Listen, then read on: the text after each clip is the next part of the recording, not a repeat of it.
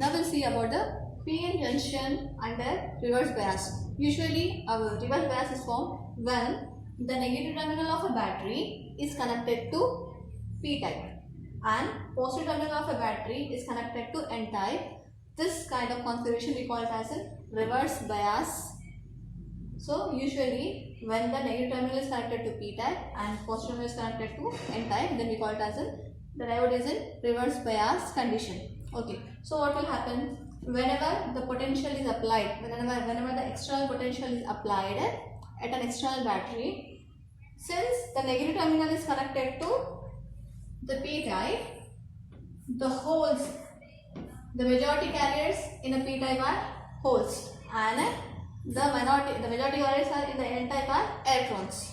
Okay, so when the external voltage is applied, the holes get attracted by the electrons, by the negative terminal. So the holes move towards the negative terminal of the battery, and the electrons which are present in the N-type material will move towards the positive terminal of the battery. As a resultant, the depletion region, the depletion width increases since the holes present in the P-type are moving towards the negative terminal and electrons present in the N-type are moving towards the positive terminal. The depletion region of a PN junction increases. Okay, the depletion region of the PN junction increases and there will not be any kind of current flow through the device during a reverse bias. Okay, so we have some minority charge carriers now. The minority charge carriers in P-type are electron and the minority charge carriers in the N-type are holes. So usually the minority charge carriers just wander from one junction to the one point to the other point. So usually it travels to the junction, to the PN junction. So because of that, there will be a slight current flowing through other device. There will be a slight current flowing through the device in a reverse bias. Okay, so this is the case for a reverse bias condition. There won't be any current flow through the diode. So this is the VI characteristics of a PN junction diode in reverse bias. There will not be any current flow. Whenever the external voltage is applied, there will not be any current flowing through the device. The current flow through the device is 0. Okay, because of the minority charge carriers, there will be some current flow through the PN junction diodes. Okay, this is the VI characteristics of a PN junction diode under reverse bias condition. Okay.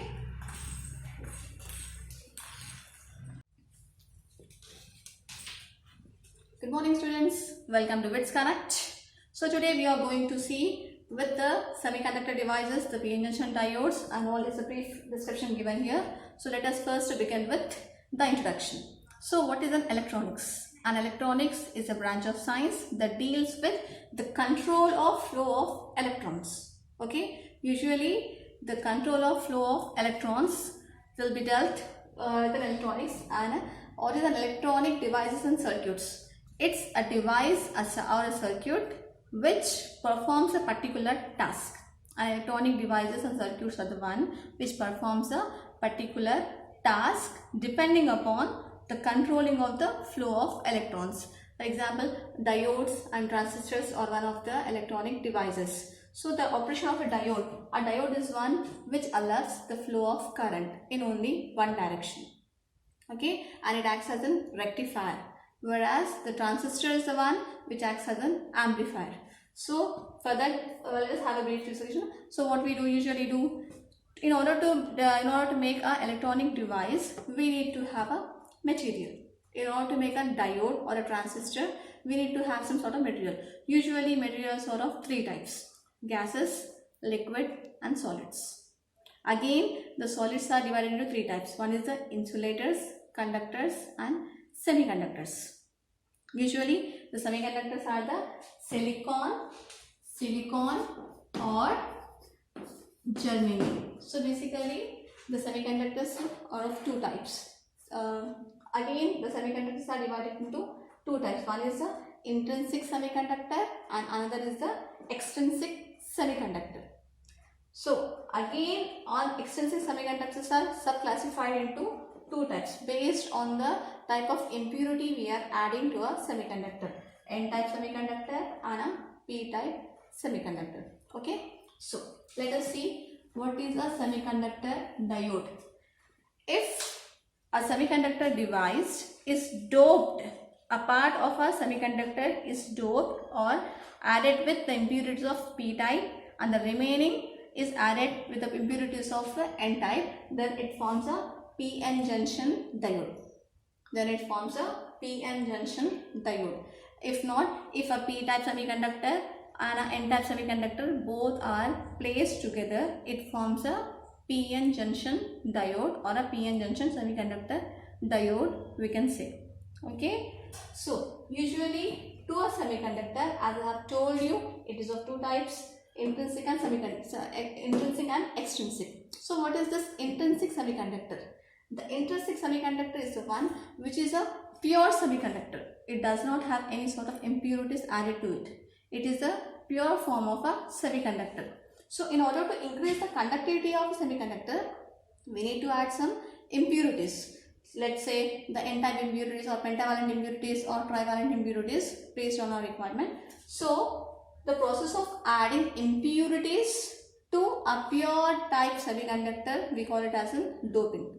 So for an intrinsic semiconductor, if impurities are added to increase its conductivity, that sort of semiconductor is called as an extrinsic semiconductor.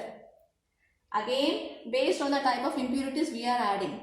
If you are adding the pentavalent impurities or trivalent impurities, again this is subdivided into two types. One is the P-type and the N-type.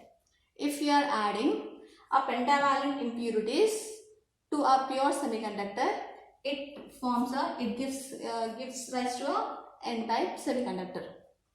If we are adding trivalent impurities to a pure semiconductor, then it gives a P-type semiconductor.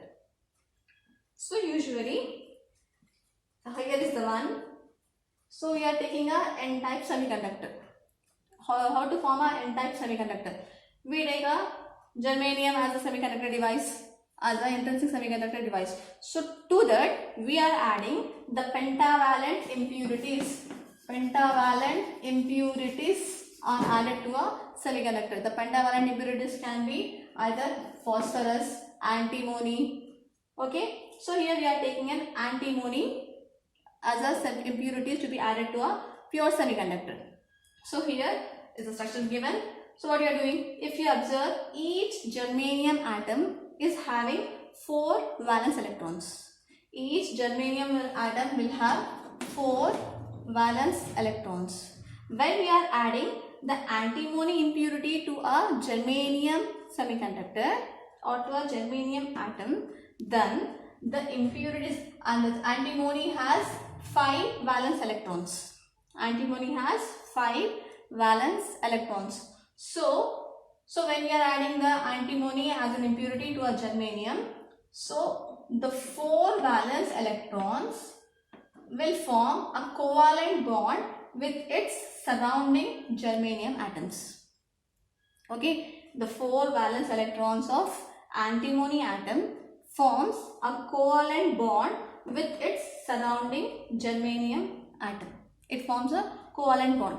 Since we are having 5 valence electrons, 1 electron is left free. 1 electron is left free. Okay. So because of this reason, in an N-type semiconductor, we have the high concentration of electrons. We have high concentration of electrons in an N-type semiconductor material. Okay. Now if you see for a P-type semiconductor. So for a P-type semiconductor, usually trivalent impurities are added. Trivalent impurities are added. It can be a boron or aluminium. Okay, the examples of trivalent impurities are boron or aluminium. If it is being added to a pure semiconductor device, it gives rise to a P-type semiconductor. So let us see here. So what we usually do, as I have told you, germanium has 4 valence electron. And the boron has, which is a trivalent impurity, it has a 3 valence electrons. Because it's a trivalent impurity, the boron is having 3 valence electrons. So the boron electrons, the boron atom, which is having the 3 free electrons, will form a covalent bond with its surrounding germanium atom, and one covalent bond is left free, and one covalent bond is left free. To form a covalent bond with the germanium atom, a hole is being generated. Okay. So because of that reason, for a p-type semiconductor, we have large number of holes. The p-type semiconductor is having high concentration of holes. Okay, got it? The n-type semiconductor has high concentration of electrons, and the p-type semiconductor has high concentration of holes. Okay.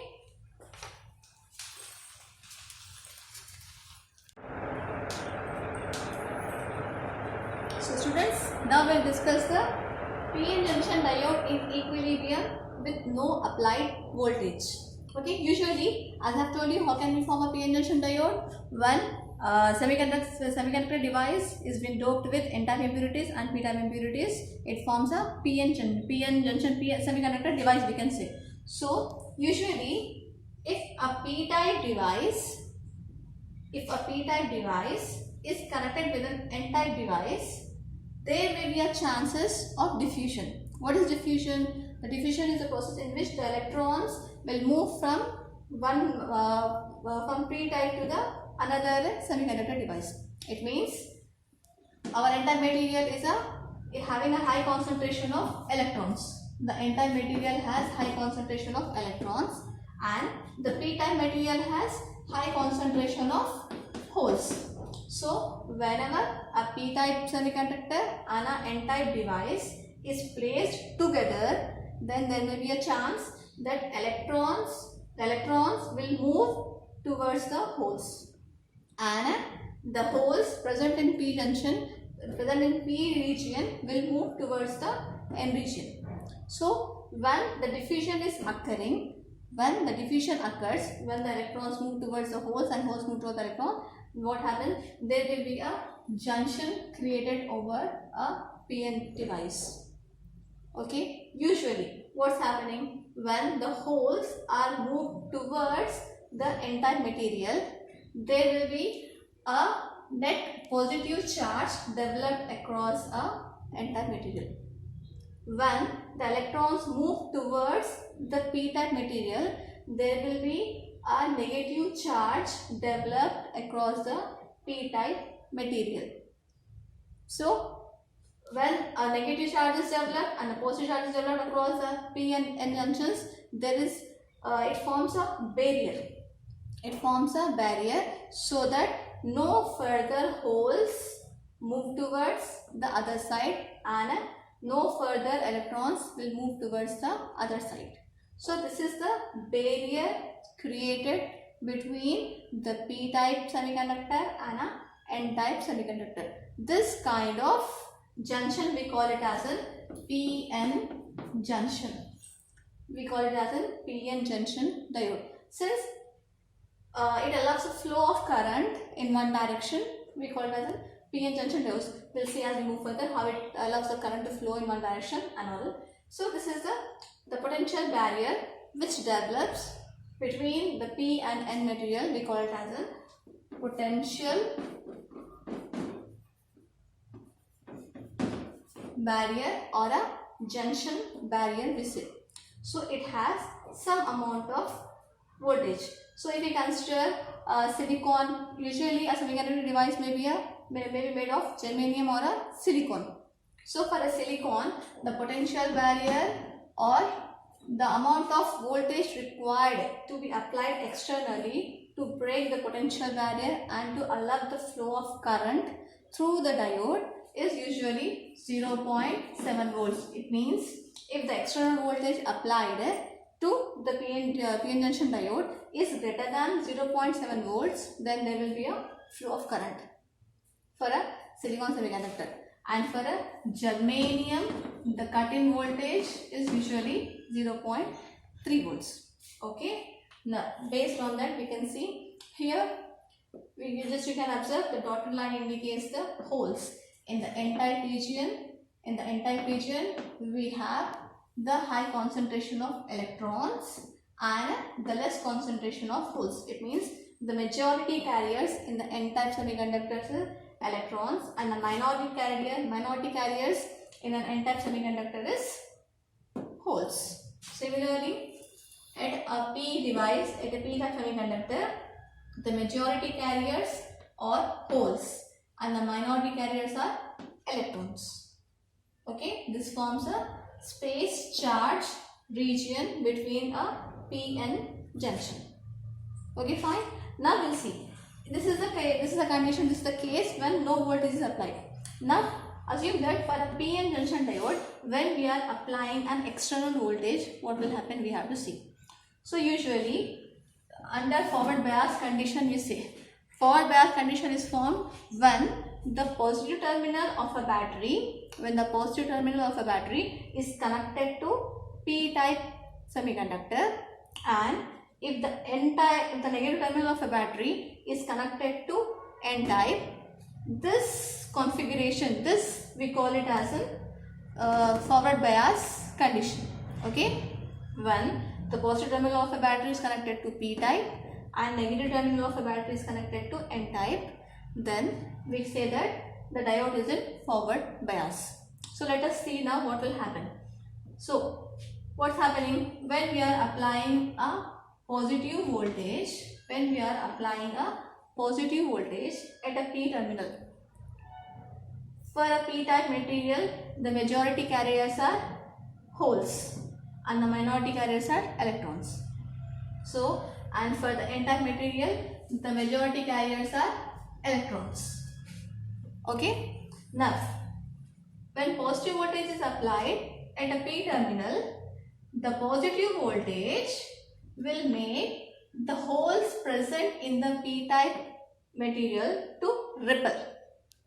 Okay, on applying the external voltage, the holes present in the positive terminals ripples.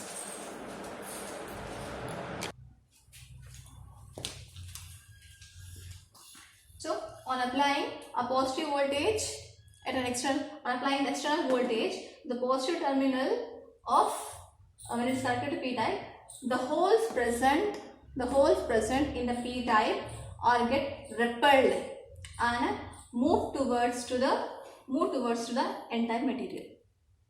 Okay, and since the negative terminal of a battery is connected to n-type material, the negative terminal of a battery is connected to n-type of a material, the electrons which are the majority carriers will get repelled and move towards the other side. So as it is done, whenever the external voltage exceeds the voltage of the potential barrier, whenever the external voltage we are applying exceeds the potential barrier or the potential at the p-n junction, then it breaks out and there is no more potential barrier present and the current flows through it. Got it? Whenever the external voltage applied is greater than the potential of the potential barrier, okay, the potential of the potential barrier or the junction barrier, then there will not be there won't be any junction anymore, and it allows the current to flow through the device. Okay, so usually if you go for the VI characteristics, then here almost just you can observe here we can see for a germanium and silicon. As I have told you, for a germanium the cut-in voltage is 0.3 volts and silicon is 0.7 volts. Okay, as the applied voltage VF, the external voltage is 0 to 0.3 volts, that is the cutting voltage of the germanium, there will not be any current flow through the device. There won't be any current flow through the device until the potential barrier is breakdown. Okay, until the potential barrier disappears. So as soon as the external voltage applied is exceeding the cutting voltage of a germanium semiconductor, then there will be a current flowing will appear in the device. It results in a flow of current. Okay, similarly for a silicon semiconductor device or silicon semiconductor diode, till we get a cutting voltage from 0 to 0.7 volts, if the external voltage is less than, if the external voltage applied is less than the potential barrier voltage, there will not be any current flowing through the device. The current flowing is almost 0. Okay, the current flowing through the device is 0. As soon as the external voltage exceeds the potential barrier or the cutting voltage, there will be a rise in the current. Okay, so this is the VI characteristics of a semiconductor device in forward bias condition.